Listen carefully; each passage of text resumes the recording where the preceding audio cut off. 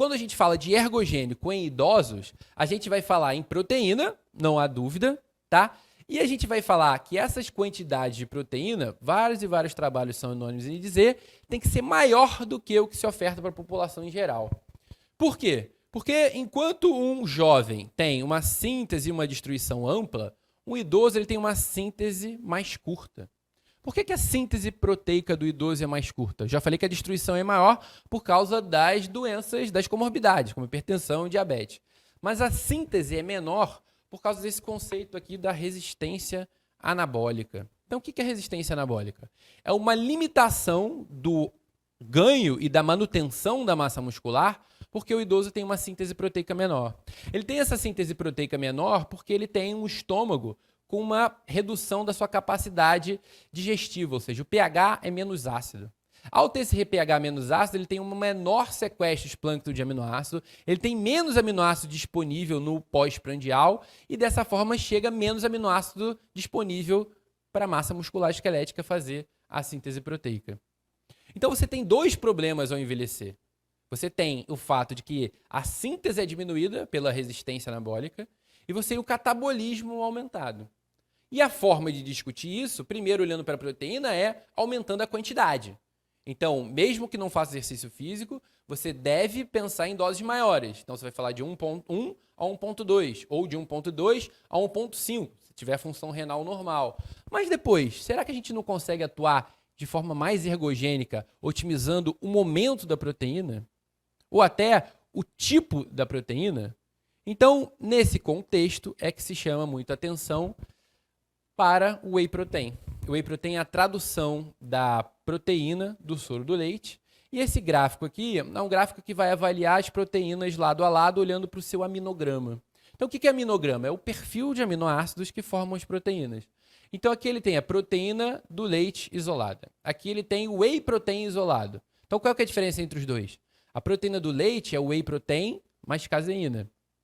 Depois aqui ele tem o whey isolado, depois ele tem o whey isolado e hidrolisado, depois tem caseína, depois tem proteína da soja, depois tem a proteína do ovo. E aqui ele tem o perfil dos aminograma. Aqui embaixo ele coloca assim, total de EAA, total de BCA. O que é EAA? EAA é Essential Amino Acids, são os aminoácidos essenciais, ou seja, é essencial que esteja presente na nossa alimentação, porque a gente não consegue produzir eles. E os BCAs são os Branched Chain Amino Acids, são os aminoácidos de cadeia ramificada. Quando a gente vai olhar aqui aonde que tem mais EAA, ó, é esse aqui, ó, Whey Protein isolado e hidrolisado. Quando a gente vai olhar onde tem mais BCA, também é aqui. E entre os aminoácidos que tem dentro do Whey Protein, qual é o que tem mais? Ó? 14.2, qual que é esse? É leucina. Então, o Whey Protein tem mais aminoácido essencial, tem mais BCAA, e entre os BCAAs tem mais leucina. Isso confere a ele uma maior biodisponibilidade, ou seja, uma vez que você se alimenta, ele é mais rapidamente absorvido e mais ofertado. Então, é o contrário do problema da resistência anabólica.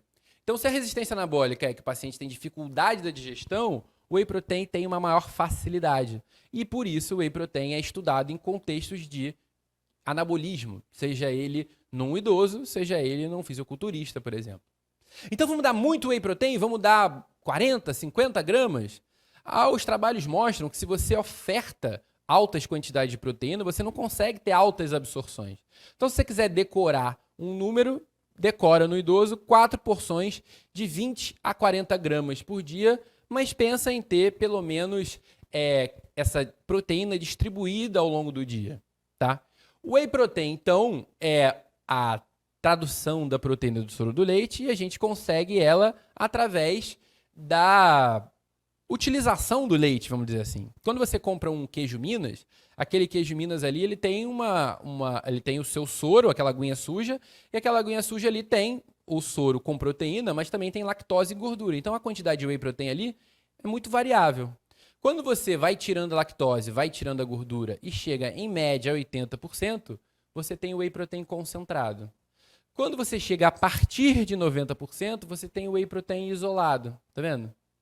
E o hidrolisado? O hidrolisado é pegar essa molécula do whey protein e hidrolisar, ou seja, quebrar para que ela fique mais rapidamente absorvida. Então, na prática, é muito difícil que você tenha um whey protein concentrado e hidrolisado. E por isso as pessoas dizem que é comum ter 3 tipos de whey protein. Ou seja, o concentrado, o isolado e o isolado e hidrolisado. Mas na prática, a gente poderia ter 4. Porque concentrado e isolado se refere à quantidade, e hidrólise poderia ser sim ou não. Então você poderia ter o concentrado hidrolisado sim ou não, e isolado hidrolisado sim ou não. Mas na prática, a gente não tem esse concentrado hidrolisado. Acaba que tem o concentrado não hidrolisado e o isolado hidrolisado ou não. Então o whey protein é muito trabalhado, muito estudado, porque ele tem esse perfil de aminoácido essencial e porque esse perfil de aminoácido essencial confere a ele uma alta velocidade de absorção e confere um perfil de peptídeos, ou seja, ligação entre os aminoácidos, em que ele vai ter vários mecanismos de ação. Mas a pergunta é, se ele tem esses aminoácidos essenciais como tão eficaz no tratamento, será que não seria interessante a gente pensar, então, em suplementar só o aminoácido essencial? Então, veja, esse trabalho aqui, ele está avaliando um paciente jovem, e aí você observa que entre 20 e 40 gramas de proteína, a síntese proteica do jovem entra num platô, e essa linha tracejada é num adulto idoso, ou seja, você tem um pequeno aumento, mas existe um aumento entre 20 e 40. Então, por isso que no idoso a gente fala para ofertar entre 20 e 40, porque principalmente se ele não quer comer proteína várias vezes ao longo do dia, existe um benefício pequeno, mas existe um benefício de ofertar 40 gramas de uma vez só. Só que no meio desse curva de proteína, você tem um limiar aqui de leucina, tá vendo? Que parece que no jovem é em torno de 2 gramas a cada 3 ou 4 horas, e no idoso seria em torno de 3 gramas a cada 3 ou 4 horas.